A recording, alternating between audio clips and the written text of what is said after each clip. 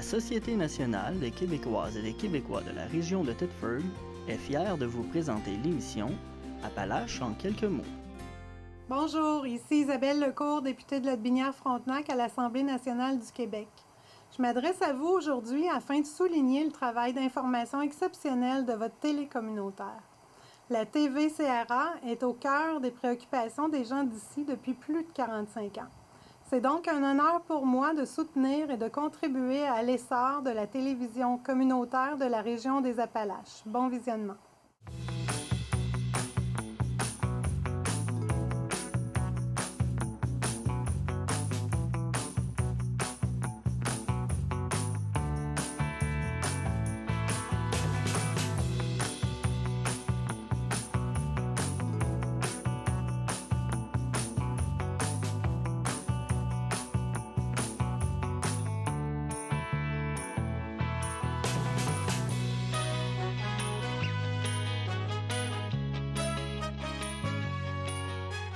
Madame, Monsieur, bienvenue à votre émission d'information habituelle Appalaches en quelques mots. D'abord, débutons ce bulletin par les règles d'assouplissement prévues pour le 28 mai prochain dans le cadre des mesures sanitaires relativement à la COVID-19. Dès le 28 mai, il y aura retrait du couvre-feu et levée des interdictions de déplacement entre les régions. De plus, au chapitre de l'ouverture des terrasses extérieures des restaurants, en palier rouge et orange, 2 adultes avec enfants mineurs de résidences différentes ou les occupants d'une résidence portable. En palier jaune, les occupants de 2 résidences portables.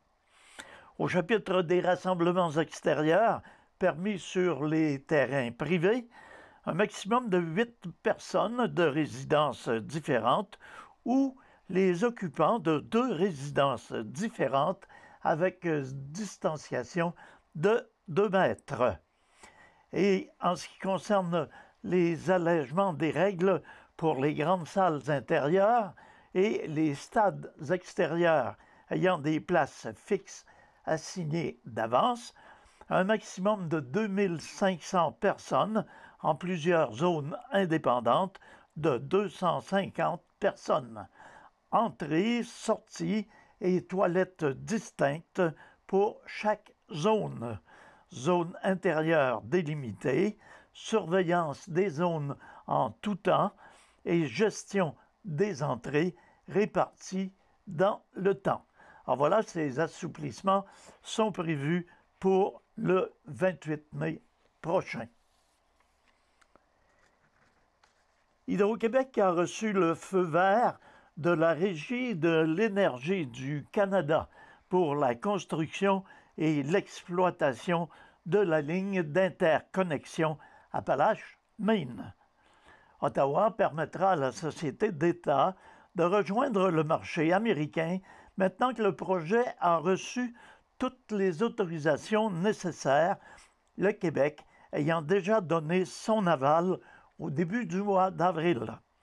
Ce feu vert est une reconnaissance de l'important travail réalisé jusqu'à maintenant par nos équipes et nos collaborateurs dans les communautés, a réagi par communiqué Mme Sophie Brochu, présidente directrice générale d'Hydro-Québec. Mme Brochu a poursuivi en mentionnant que nous allons de l'avant avec un projet qui répond aux plus hauts standards en matière d'environnement et d'ingénierie et qui est vu favorablement par les différents milieux d'accueil. Grâce à cette nouvelle ligne, Hydro-Québec acheminera 1200 mégawatts d'hydroélectricité vers la Nouvelle-Angleterre avec un approvisionnement de 9,45 TWh pour le Massachusetts, selon les prévisions. Le tracé de la ligne avalisée par le fédéral s'étend sur 100 km entre le poste Appalaches, près de Saint-Adrien d'Irlande, et la frontière américaine. Les travaux débuteront dans les prochaines semaines et la mise en service est projetée pour 2023, selon la Société d'État. Toutefois, la bataille ne serait pas encore gagnée pour Hydro-Québec puisque des réseaux proches de l'industrie pétrolière ferraillent en coulisses pour saborder le projet de la ligne de transport d'électricité vers le Maine. Il en est de même pour certaines Premières Nations qui auraient l'intention de s'opposer à ce projet. Au cours de l'après-midi du jeudi 20 mai dernier, les sergents détectives du service de police de Thetford Mines, en coopération avec des policiers de la Sûreté du Québec, de la MRC des Appalaches et d'un maître chien de la Sûreté du Québec, ont procédé à une perquisition en matière de trafic de stupéfiants dans un domicile de la 8e rue Sud à Thetford Mines. Cette opération a été réalisée à la suite de la validation de plusieurs informations reçues du public et mises en commun avec la Sûreté du Québec depuis le mois de mars 2021. Les agents ont mis la main sur une quantité de 2399 comprimés apparentés à de la méthamphétamine, 2 téléphones cellulaires, une somme d'un peu plus de 38 000 $ en argent comptant, ainsi que 220 cigarettes de contrebande.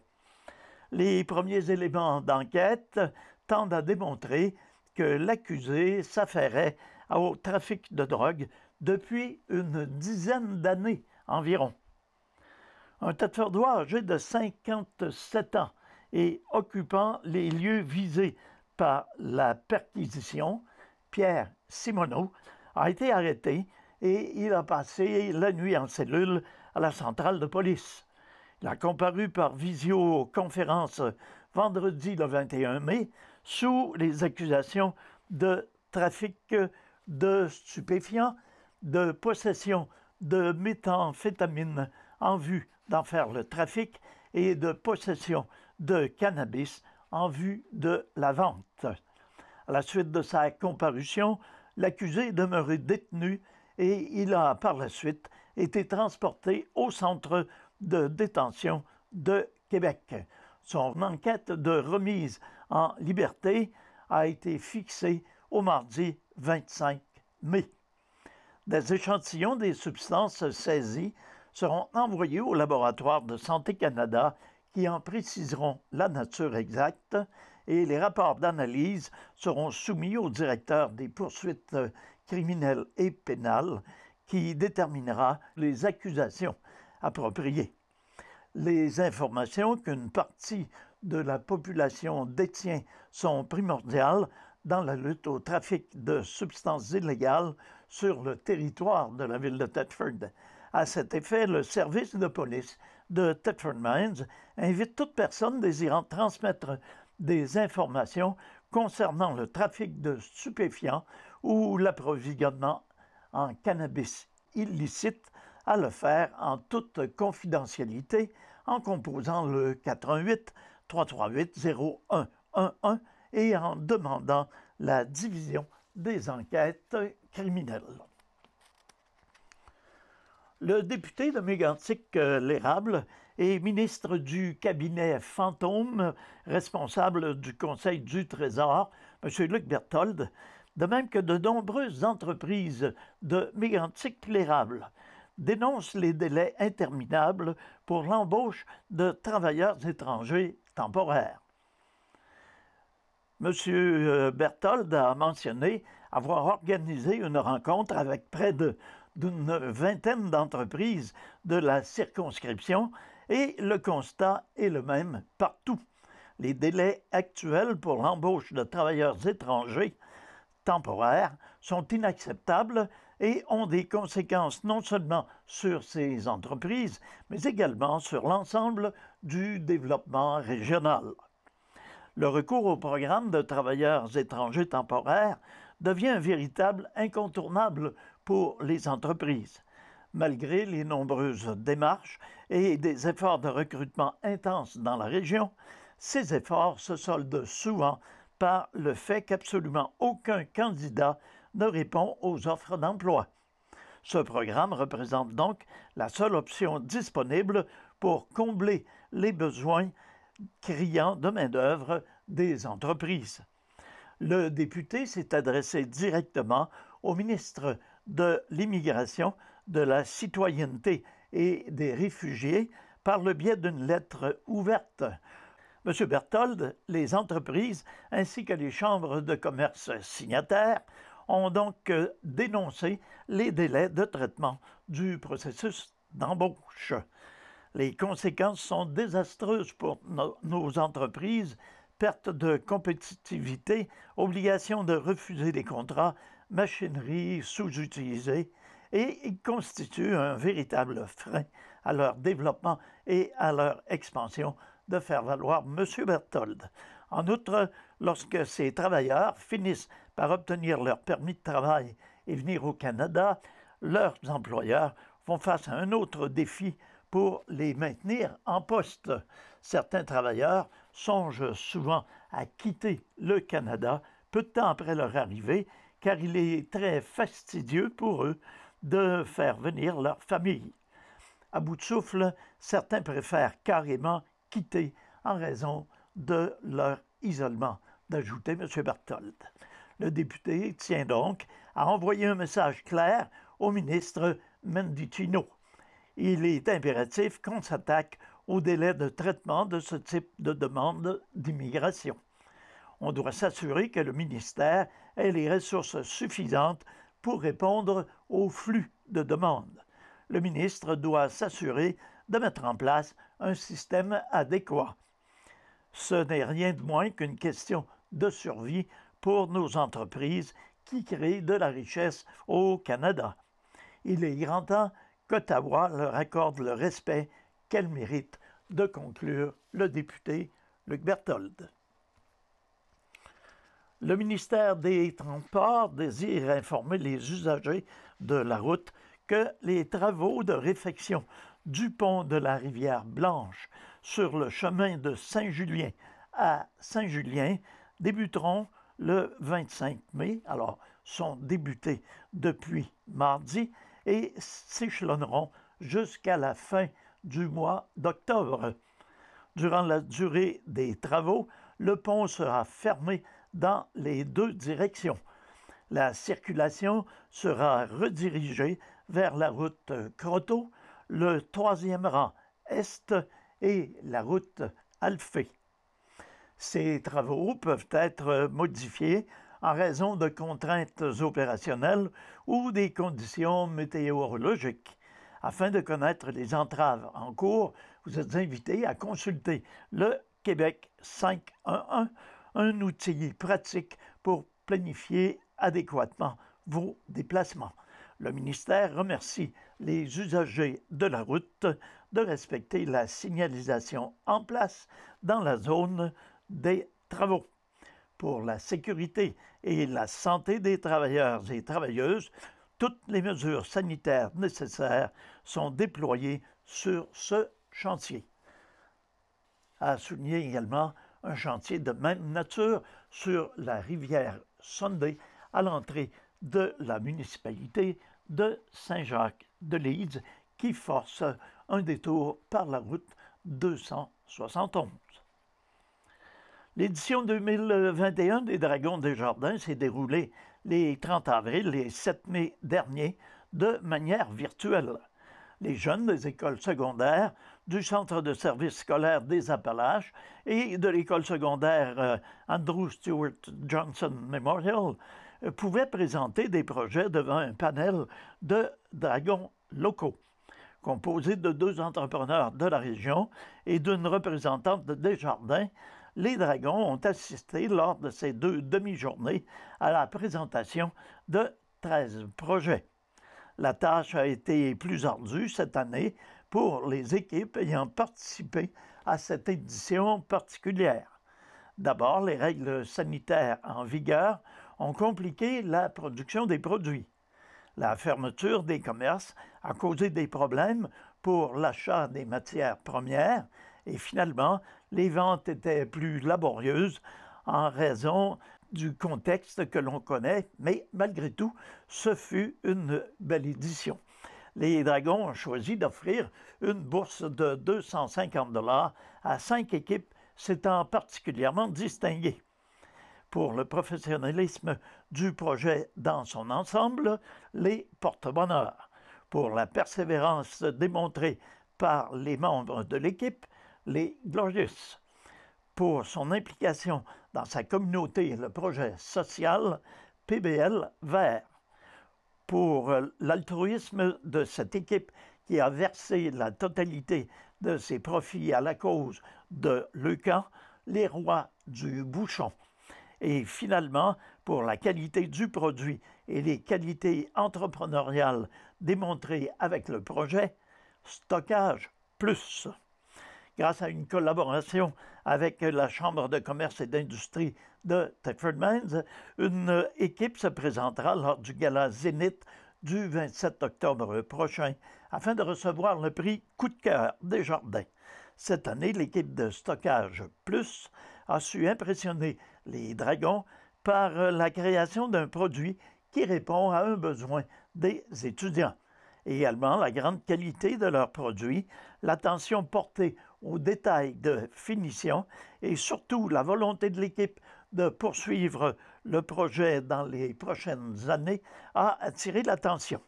Cela leur a permis de mettre la main sur le prix Coup de cœur des Dragons et un montant de 750 $ supplémentaires pour leur permettre de poursuivre leurs activités et de développer leurs ventes. Une belle occasion de faire le lien entre la communauté d'affaires de la région et ce futur entrepreneur. Rappelons que les Caisses Desjardins de la région sont partenaires depuis la toute première édition de cette initiative et que leur aide financière est réservée à la réalisation des projets présentés par nos jeunes. De plus, notons la contribution du Carrefour Jeunesse Emploi Frontenac qui, grâce à la participation financière du secrétariat à la jeunesse, assure le suivi des projets pendant toute l'année dans les écoles. Le comité organisateur, composé de la Société de développement économique de la région de Thetford et du Carrefour Jeunesse Emploi de Frontenac, tient à remercier tous ceux et celles qui ont participé, collaboré et rendu possible la réalisation de cette activité, soit les conseillers en orientation, les enseignants et les membres du personnel des écoles accompagnant les jeunes dans leurs projets, les partenaires financiers, les caisses Desjardins de la région de Thetford, la caisse Desjardins du Carrefour des Lacs, les Dragons, à savoir Mme Dominique Noiseux de Desjardins, M. Frédéric Paré de Imendtech Solutions et M. Stéphane Morin de Late Night Studio et de la Face de Bœuf. La Chambre de commerce et d'industrie de Thetford Mines est fière d'annoncer que malgré la tourmente des derniers mois, elle sera en mesure de présenter une soirée de gala le 27 octobre prochain à la salle du Sceau. Ainsi, dès aujourd'hui, et ce jusqu'au vendredi 2 juillet, les entreprises se trouvant sur le territoire de la MRC des Appalaches peuvent soumettre leur candidature dans l'une ou l'autre des 11 catégories déterminées par le concours.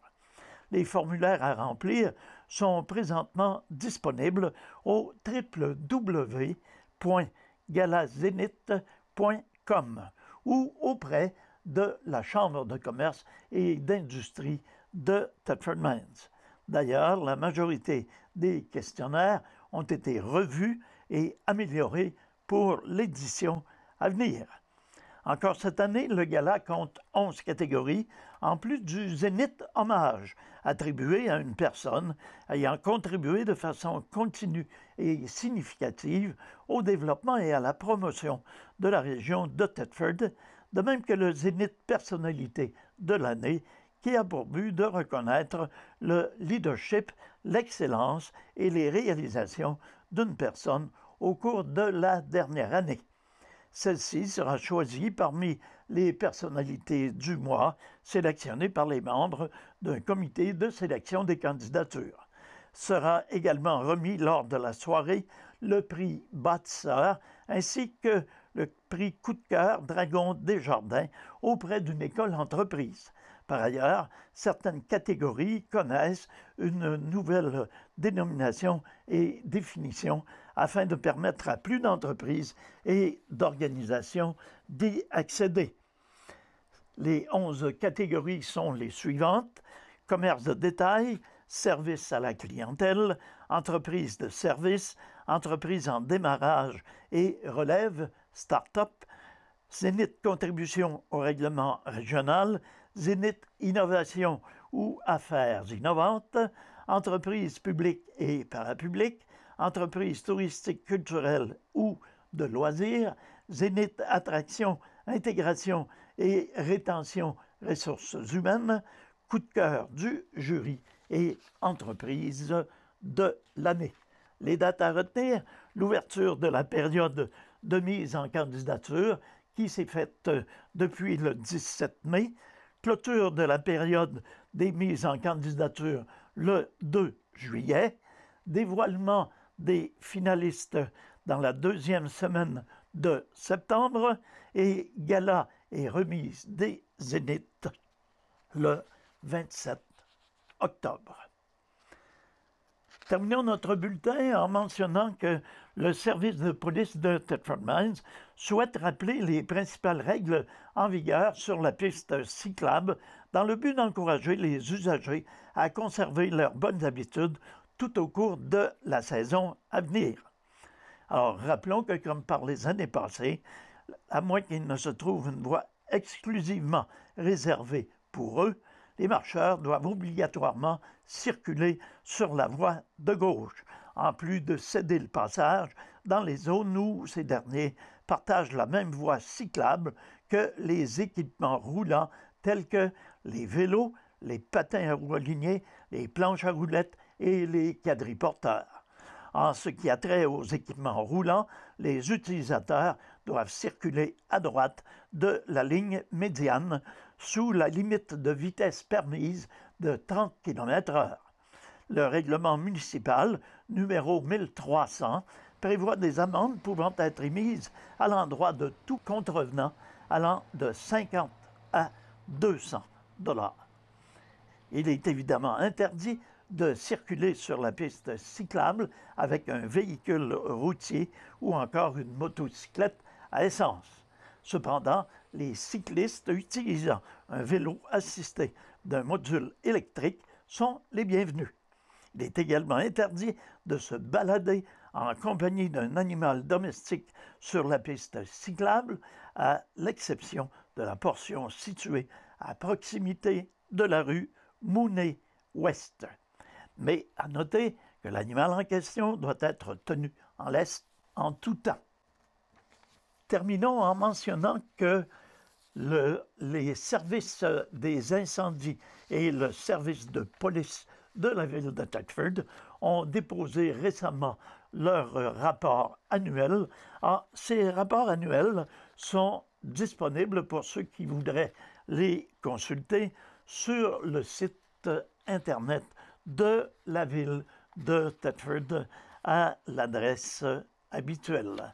Alors voilà, c'est ce qui met un terme à notre bulletin d'information cette semaine et cette saison, puisqu'il s'agissait du 35e et dernier bulletin de la saison.